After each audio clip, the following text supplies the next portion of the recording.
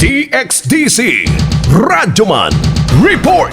Wala pa'y pagsaka sa presyo sa Noche Buena products karong semana sumala sa pipila ka mga tagdumala sa grocery store sa Bangkiruhan Public Market ng siyudad sa Davao.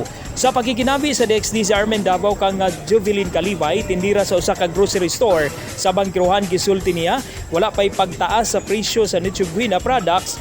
Siguni Kalibay karong semana wala pa nagpatuman usab og magpasaka sa presyo ang tag-iya sa iyang gitrabahoan. Samtang nahinabi usab sa DXDC News Team si Linling Kibo, tagdumala sa grocery store sa mga merkado nga posibleng karong bulan sa Nobyembre o Disyembre musaka ang presyo sa produkto sa Noche Buena tungod taas ang demand og daghan ang mga mamalitay. Ato sab nag-update ang presyo sa Magnolia 250 ml all-purpose cream 68 pesos 0.25 centavos, samta ang Nestle 250 ml all-purpose cream 71 pesos, ang Del Monte 836 grams Fiesta Fruit Cocktail 95 pesos and 75 centavos, samta ang Del Monte 1.36 liter pineapple juice 112 pesos and 50 centavos, samta ang kaong 340 grams 83 pesos, samta ang nata di coco 67.25 centavos.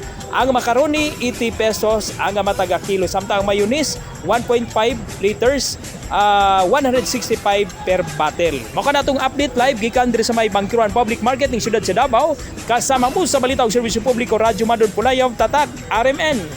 Tatak RMN.